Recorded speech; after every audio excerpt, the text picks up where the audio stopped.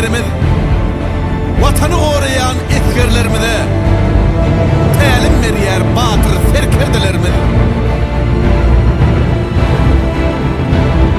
Göwnümizdey kanat ýaýyp uçarlar, boraýarlar yeri, göğü howany, uçary erkediýän ezber ýigitler, Alparslanın böreğlüğünün dowamy.